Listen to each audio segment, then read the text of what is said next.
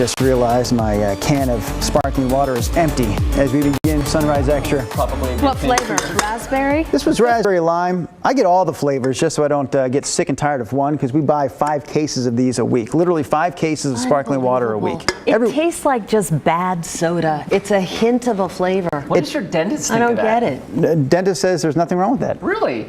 Mine says that she's not a fan of lots of carbonated water. I never asked the dentist. There you go. I've been drinking this for at least. I do what I want. I've been doing this for at least 6 years. I go to the dentist every 6 months. Haven't had a cavity since I was 9.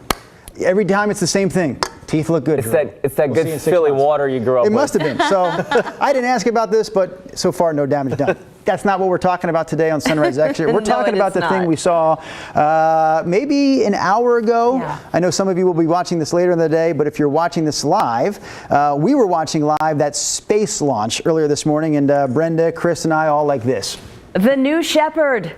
Blue Origin Jeff Bezos blasting into space. That was crazy. I mean, I've seen all the shuttles go up. Right. Some of them come back. God forbid, some of them didn't. Right. But I felt a little emotional watching this. It completely surprised me. I did too. I actually found when they were first taking off, there was this almost like uneasiness. Absolutely. And I think it's because we have experienced those casualties and those tragedies when watching those live events. And I'll never forget 1986, the Challenger exploding when I was in 6th grade and we were watching it live in the classroom. I was 7 years old. I also remember them dragging us into the library years before that, like in 1st and 2nd grade for other space shuttle takeoffs. So we've seen a lot of these, and most of the time, thankfully, they go as it did today, successfully. But there's that fear factor. Yeah, no, I'm not a religious person particularly, but I found myself kind of like breathing a little something to the universe to keep them safe. I did feel kind of emotional for the very first time watching all those things. My mom texted me during that, and she says, I don't like watching this. It's either triumph or tragedy. And fortunately today, for Jeff Bezos and friends, it was triumph. That was pretty cool to see, but it was something made our show different this morning. Yeah. How often do we get to watch a rocket launch with astronauts on it on live television? Right? I mean, it was insane when it went up, and then the booster rocket, is that what the other part was? It has this big target, and they put that baby right down on the target. Can you imagine being the people that have to figure out that landing?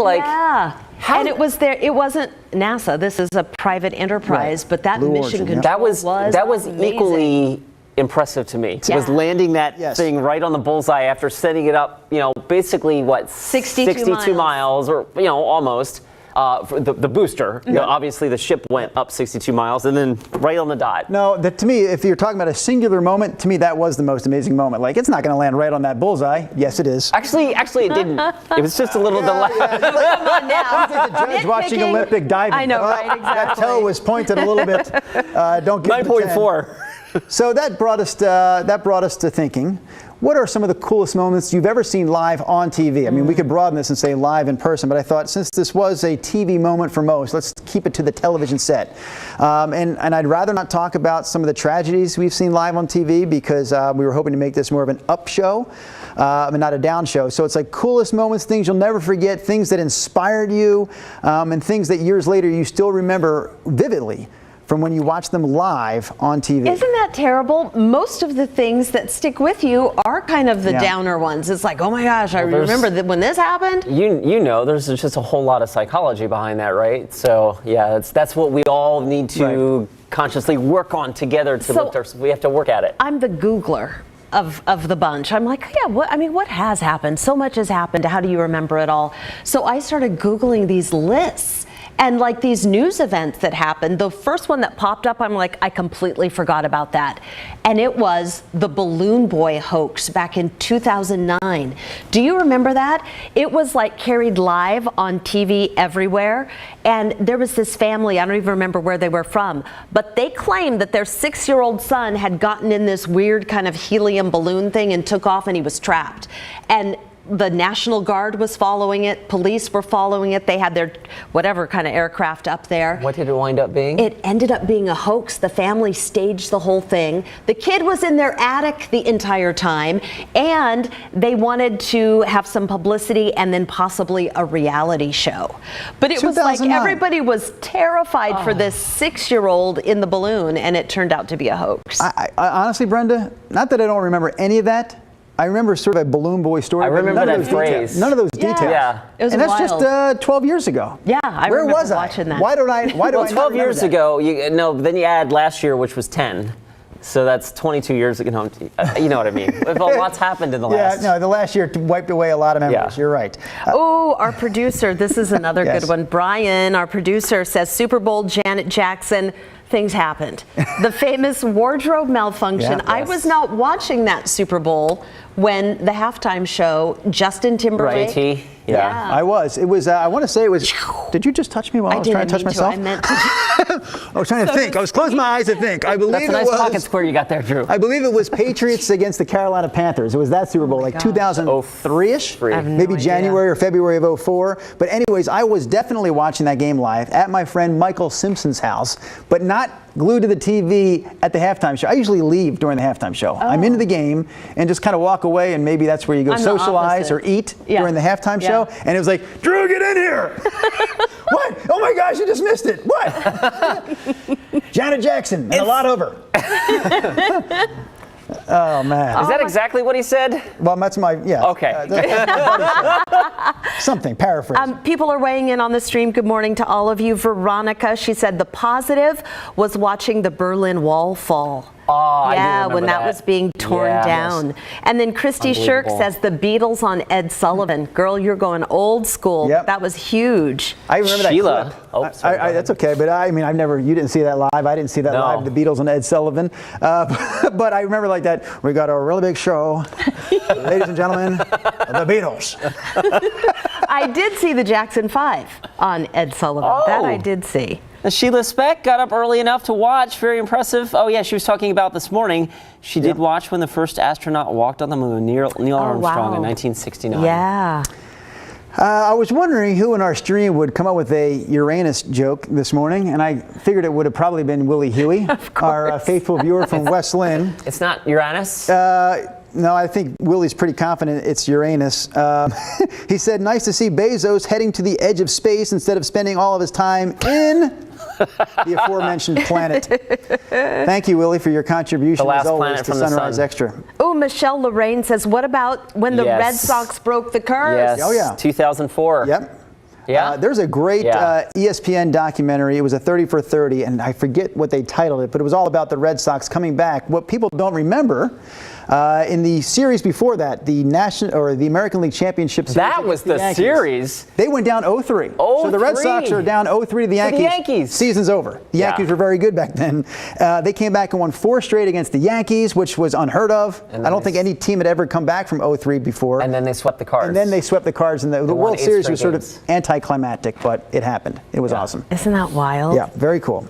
Good memories. Let's see. Somebody else mentioned in one of the lists Steve Harvey announcing the wrong Miss Universe. Oh, yeah. You remember that? Huge debacle? A huge flub by Mr. Harvey. I've noticed it hasn't kept him from being employed. Still doing a lot of work on television. Yeah. Stephen is. But that was definitely a moment. Forgiving. Sometimes. Especially, he handled it well. He didn't walk away from it. He owned it. Yeah, you have. What are you going to do? You gotta. What about Tom Cruise on Oprah? The couch incident. I will never, because I was a huge Oprah fan. I always watched it 4 o'clock. Yes, daily. Veronica Gaston, Carrie Strug. Carrie Strug, yeah. Shrug, excuse me. It's okay. Yeah, I remember that. No, it's not Shrug. Shrug. Isn't it Carrie Strug. Carrie Strug? Is it Shrug? Well, now we're going to have to do some more Googling. I'm 100% sure. The 1 foot landing. She spelled it incorrectly, which is She had a broken foot. But it's Carrie Strug. Carrie Strug. Yeah. Okay, let's stand by for I don't confirmation. know. Now I don't know how to spell it. Not only do I remember Veronica, it was Veronica who said that, right? Yeah. Veronica. Strug. Is that right? Strug. Retired American Were we not gymnast. saying Strug? Oh, we were saying Shrug. What were you saying? I said Shrug. Shrug. Yeah. I'm going to say I was saying Strug all along. Fair enough. I don't think I was.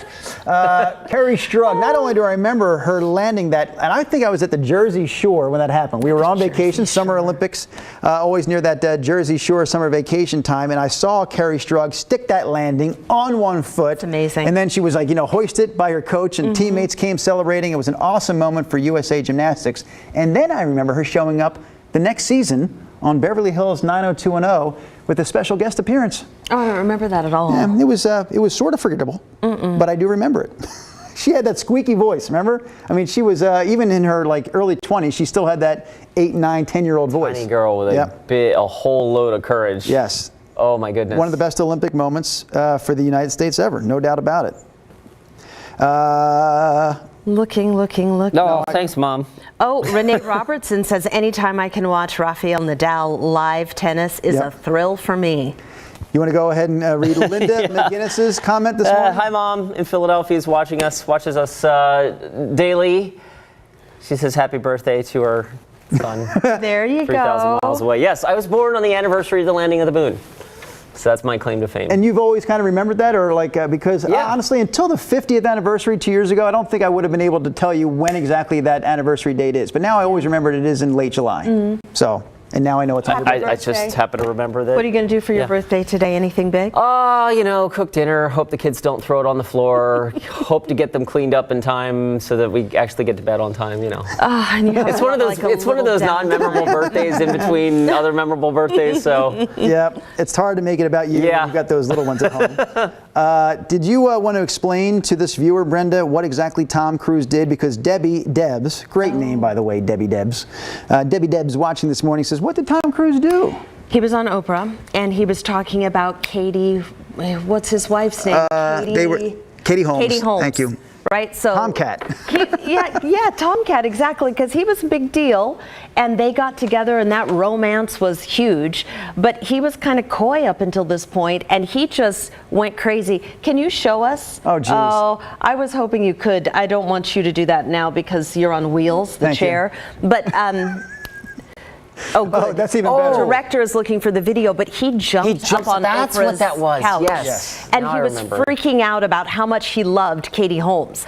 I mean, Oprah was like this, like laughing, but everybody was stunned as he's lost his mind. This guy who was literally pretty buttoned down, he kept it multiple times. Right. It wasn't just one time. He just kept doing it. So and Brenda it became describes like a meme. Brenda describes it, and now you can watch it. And remind me, they're not together still, right? Oh, God. No. There it is. He's not done. He was just bouncing around. Look at him. He's not Oprah's done. like, oh. Okay, that was cute. That was funny. All right, and then he does it again. It was remarkable. But I feel like we missed the top part of it. No, it just kept happening, as I recall. I mean, it was a while ago. He is an intense man. No! Whoa! There we go. Hey, Brenda, you described it better than what just happened. No, it was pretty good. It's just like, I'm not sure what's happening. Yeah, I wonder what that must have been. When was that? The late stages of Oprah's show, right? I mean, it was early 2000s.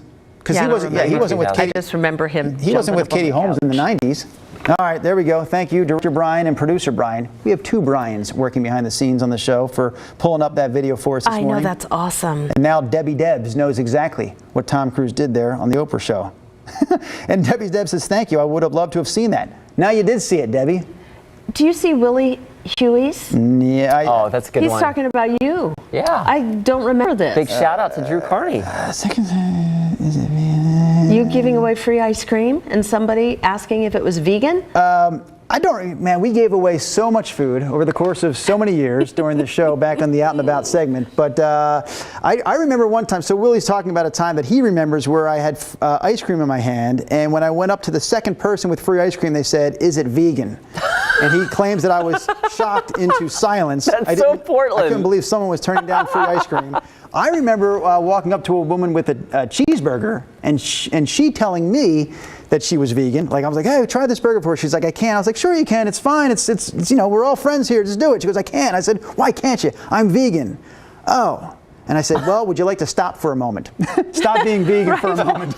She said, no, thank you. Just try this. Do you remember, though, this is a little bit of a tangent, but Drew was known back in the day for giving away food, but doing it while stopping traffic. You would run out in the middle of the street, stop a car at a stoplight, or flag them down, and then stick a microphone in their face and hand them something to eat. That was our move. That was your move. And ask them what they thought of the food while they had a mouthful of food. I mean, I thought it was a great TV segment, to be honest with you. It was like, because going back to the whole point of this topic, people love watching things live because even if it looks pretty scripted, the fact of the matter is it is live and things can go awry. And that's why, sadly, I think a lot of times we remember those tragedies because we tune in to see something. And when something else happens that isn't planned, you don't forget it. No. When the space shuttle goes up in the air and it goes as planned, and it's like, oh, that was cool, and it was cool. But when it does something that was definitely not part of the script, how would you ever forget? Yes. So that's why I always love doing those food segments, because we're going up to a random, and I always hoped that people believed us, and I think they did for the most part. I always hoped they believed that these were not planted people. Like, I didn't tell some car to wait down there and show up in 2 minutes and drive. No, these were always random. You didn't know who was going to be behind that wheel.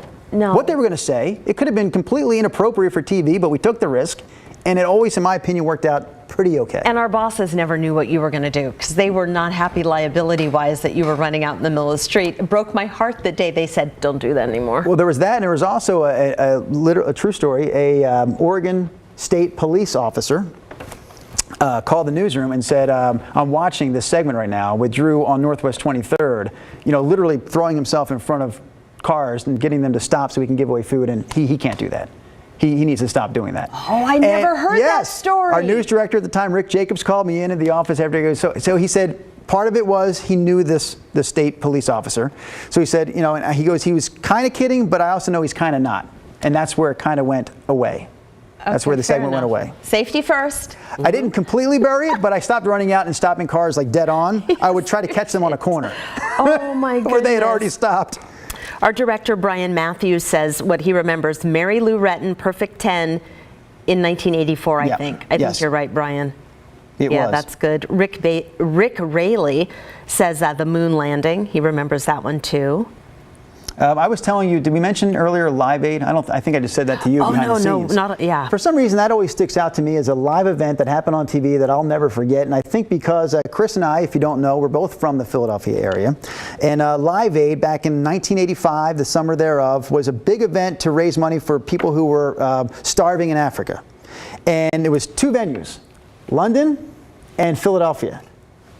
And we lived here in Portland, Oregon at the time. Ironically, yes, yeah. We had moved here at that point. But I remember felt like we had that local connection being from Philadelphia, living here in Portland. So. And I was only 11 years old. I was definitely into music back then. And you had literally like the best artists, most popular musicians in the world.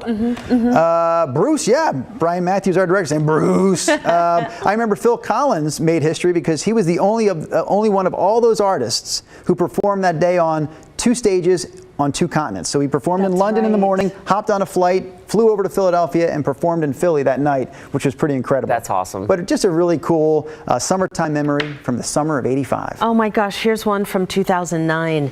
Anybody remember Sully Sullenberger and the miracle on the Hudson when he put a plane down, like in New York City? I was doing the noon news, and my producer got in my ear and she said, we have this live picture, and she just said, talk. I mean, it was just like, that's it. And I'm like, what are we seeing? And I'm like, oh my gosh, there's a plane. And then you started seeing people get out on the wing. So by the time you took it, it was already in the water, right? Yeah. The plane was already in the water. So I'll tell you this.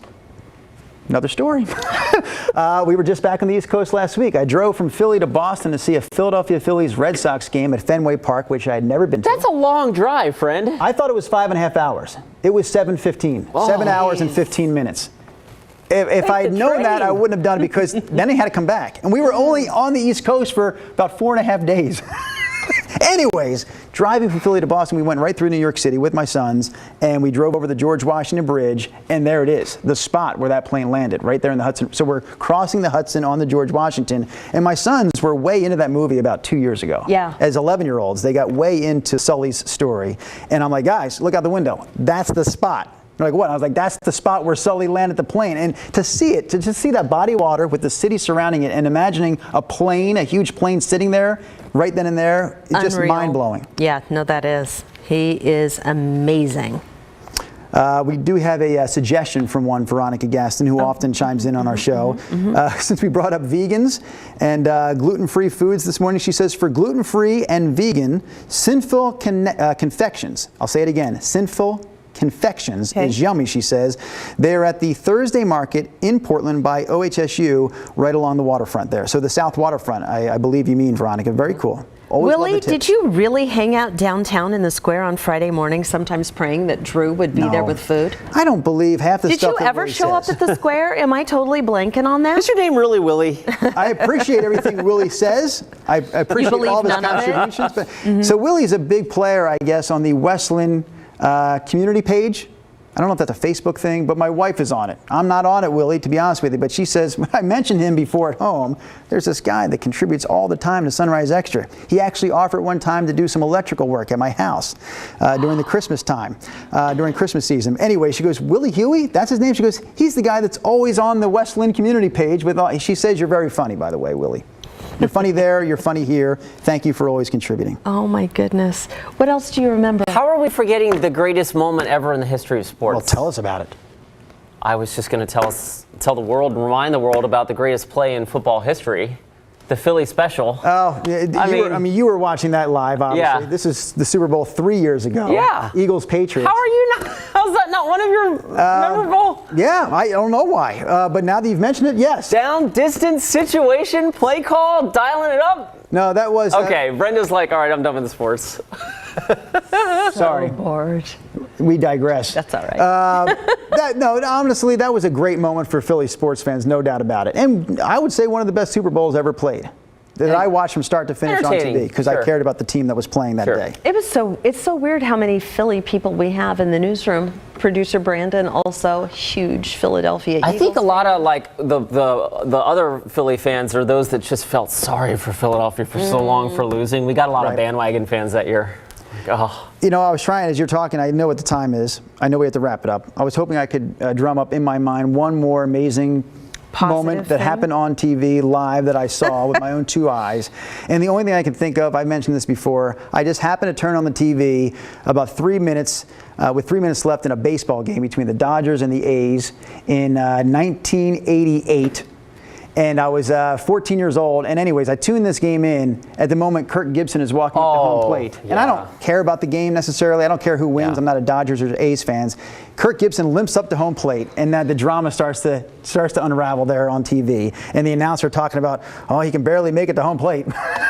What can he do here with the bat in his hand? And he's like taking some weak swings, and he finally gets a pitch that he can handle. And there it is, ladies and gentlemen. We pulled it up on TV for you to see. Kirk Gibson, and watch this, Brenda. Watch the man hobble around the base paths. I mean, he could barely move, and he hit a game-winning home run in the World Series. That's one moment that, personally, I'll never forget seeing live. You know, I won't forget that either. Ever. You're just a rotten person. I am. You can't forget what you never remembered, right? Oh, Thank you for joining us on Sunrise Extra today. We're back with another edition tomorrow.